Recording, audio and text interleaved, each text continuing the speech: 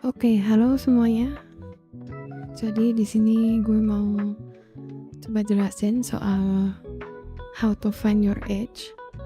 Di sini gue buat video karena harapannya kalian akan nonton dan habis itu kalian bisa tulis pertanyaan-pertanyaannya.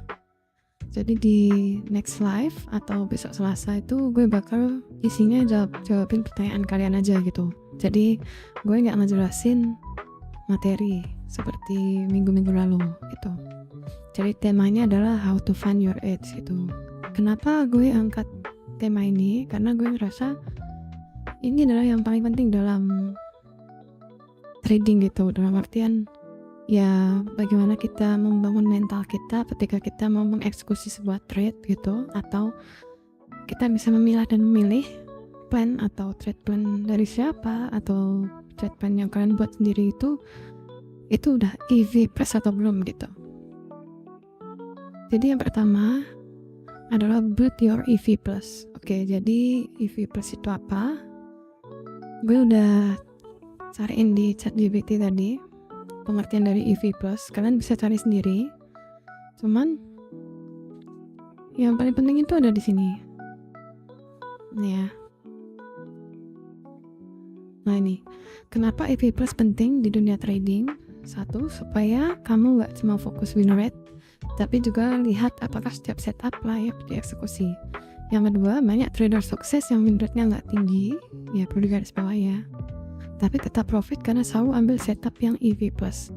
Yang ketiga, cocok banget buat kamu yang trading di prop firm atau sistem berbasis probabilitas. Ya sebenarnya gak di prop firm juga bisa, karena di financial market tuh ya intinya adalah tentang probabilitas gitu. Kalian bisa cari rumus ini dan lain sebagainya itu di ChatGPT atau di internet atau apapun lah. Ini basic banget.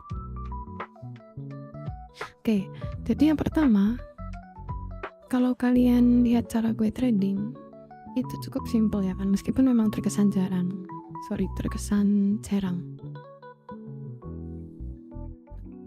Misalnya kalian cuman trade di Bitcoin gitu kan.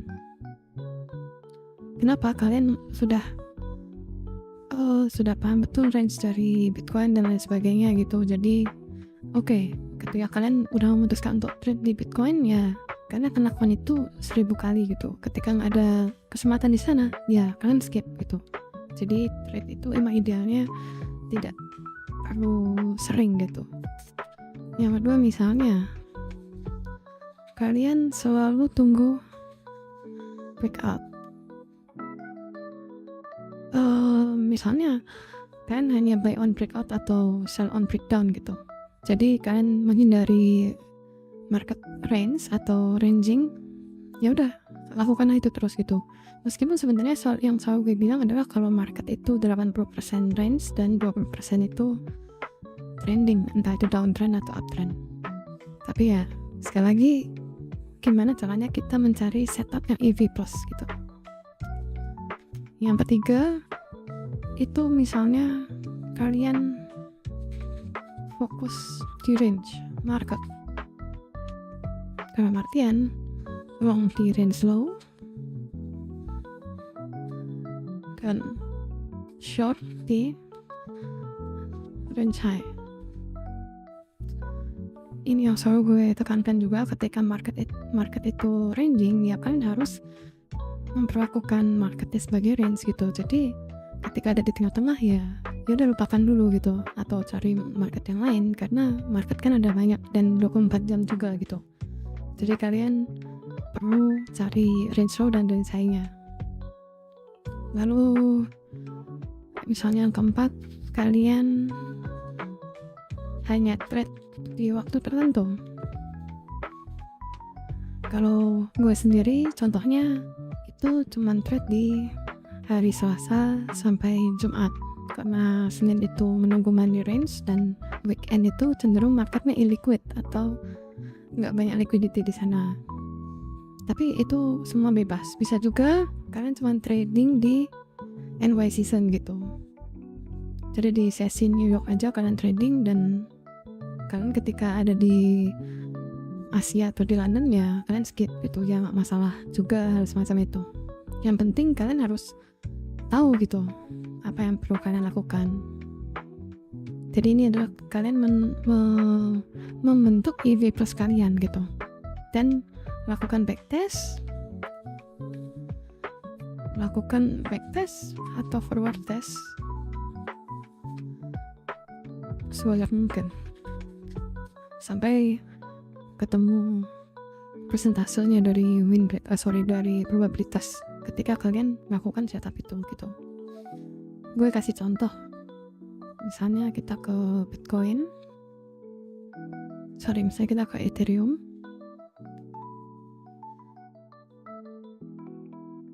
Kalian misalnya hanya trading ketika ada di New York season ya kan.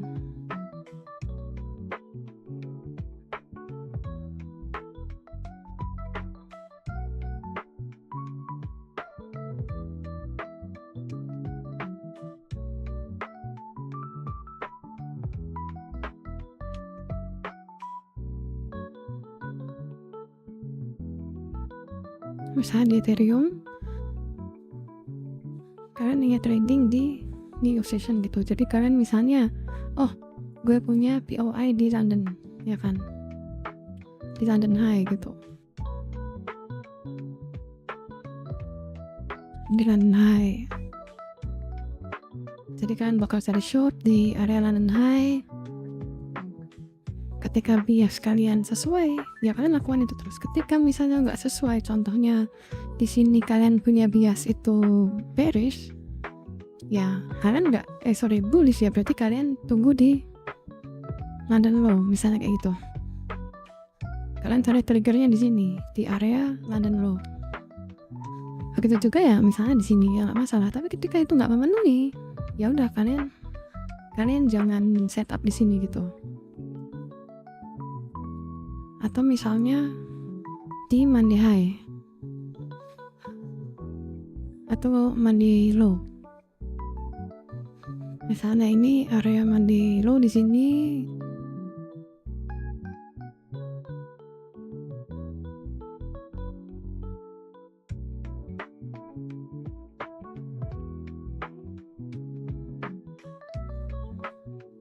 Nah ini Monday low di sini. Lalu ada deviasi, reclaim ke Monday range, dan kalian akan long targetin ke Monday high. Ketika ini setup ini tidak terjadi, ya udah skip aja gitu. Ini contoh. Terlalu contoh lagi ketika kalian hanya pay on click out, misalnya kita ke time frame yang lebih tinggi, misalnya di sini buy on click down aja. Kan tentu kalau kita bicara soal buy on click out atau buy on click down, berarti kalian sudah punya market structure-nya ya kan. Misalnya di sini nih kayak punya garis ini, kalian cuma beli di sini gitu, maksudnya short di sini gitu. Begitu juga misalnya di sini.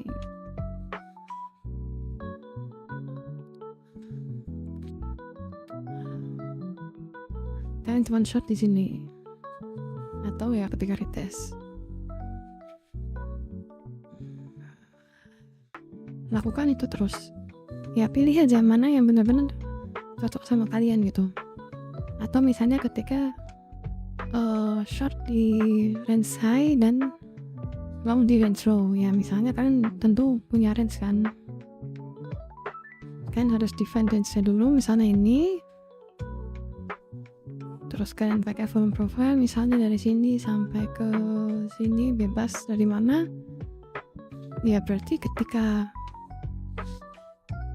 ada retest lalu reclaim di sini, ya kalian long. Retest long, ke bawah reclaim long. Ketika harga ada di sini, ya kalian jangan ngapa-ngapain gitu. Ya bebas gitu. Ini intinya adalah bagaimana kalian mencari EV plus kalian. Lalu yang kedua, best indicator for you. Ini cocok-cocokan aja. Gue nggak ngerti apa ya. Gue nggak ngerti banyak indikator. Gue ya hanya pakai yang gue share di modul dan apa yang kalian lihat lah. Cuman misalnya kalian pakai RSI atau misalnya kalian pakai EMA atau stok atau apa gitu, ya pastikan ya hanya misalnya nih RSI kalian hanya beli ketika RSI-nya gimana, atau kalian lagi jual ketika RSI-nya gimana, atau EMA-nya gimana dan sebagainya. Itu kalian cocok-cocokin aja. Cuman di sini gue mau bicara soal trading pattern.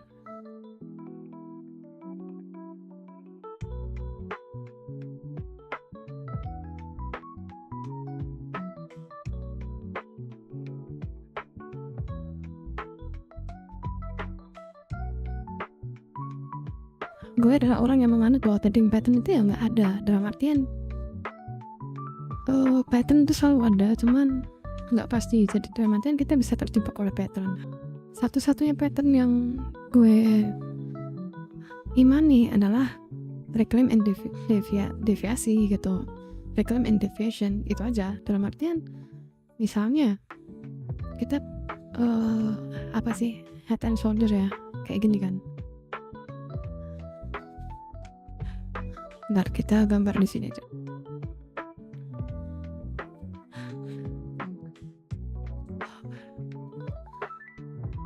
Misalnya ada head and shoulder. Nah, sebenarnya kalau gue ngeliatnya, ini kan ketika value area, ini adalah value area, lalu ini adalah low volume lot, ini low volume lot, ini high volume lot gitu kan. Ketika ini ada deviasi dan ini ada reclaim, ya berarti kita bisa beli di sini dan take profit di sini gitu. Jadi ini yang gue pakai gitu. Satu-satunya trading pattern yang gue pakai ini. Tapi bisa juga ketika misalnya kalian pakai trading pattern apa ya, gue nggak begitu apal. Misalnya bull flag. Nah, bull flag ini kan gue juga, ini berarti yang bentuk range kan, dan gue selalu bilang oh ya tunggu misalnya ada deviasi gini, atau ya kita beli di range low gitu ya, oke dia naik ke atas gitu. Jadi kalian, menurut gue kalian jangan sampai terjebak oleh trading pattern, tapi lebih ke arah kalian kuasai mengapa trading pattern itu ada gitu. Contohnya head and shoulder atau inverse head and shoulder, atau trading atau bullish flag atau bearish flag atau apapun itu gitu. Kalian coba kuasai. Dan buat gue hal semacam ini tuh nggak serta-merta membuat kalian jago trading gitu ya. Kalian hafal pattern-pattern semacam ini. Pada kenyataannya nggak banyak orang yang jago trading yang gue kenal itu pakai semacam ini gitu.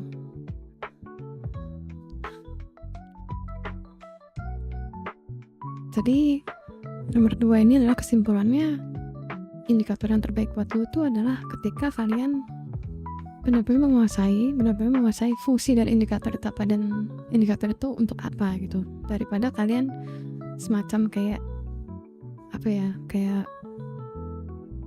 ada rumusnya gitu. Oh, kalau RSI di atas gini berarti kita short, atau RSI di bawah segini berarti kita long, atau misalnya oh kalau EMA-nya cross berarti gini dan lain sebagainya. Itu salah, karena sebenarnya indikator itu hanya indikator, dan dia tuh kan lagging ya. Dalam artian lagging tuh dia memberikan sinyal itu terlambat daripada price actionnya, itu pasti. Jadi somehow kita melihat misalnya nih, kalau gue pakai RSI kan RSI divergence ya. Jadi misalnya kayak gini nih, ini RSI. Nah, kadang-kadang tuh price actionnya udah turun dulu ke bawah, padahal baru kita sadar kalau ada divergence semacam ini. Nah, ya ini makanya gue sebut sebagai lagging indikator. Makanya jangan sampai terjebak di indikator dan pattern.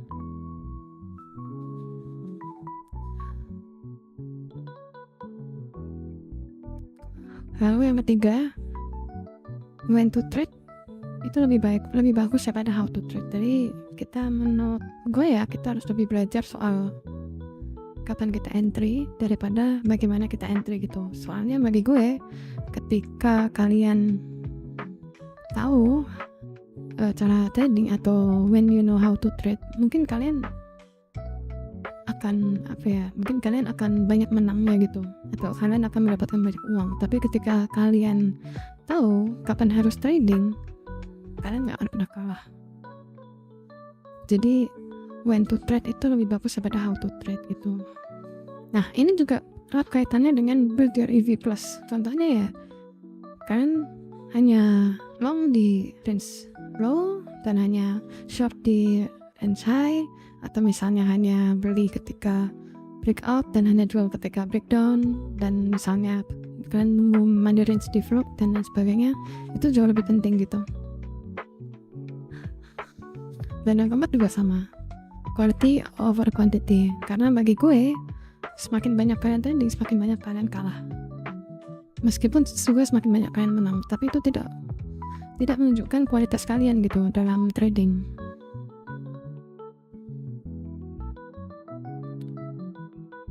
Oke, jadi cukup sekian aja video kali ini. Jadi berharap kalian bisa tonton sampai akhir, dan kemudian kalian tulis pertanyaan kalian lalu mention gue, oke? Jadi besok Selasa gue bakal live dan jawabin pertanyaan kalian. Oke. Thank you semuanya.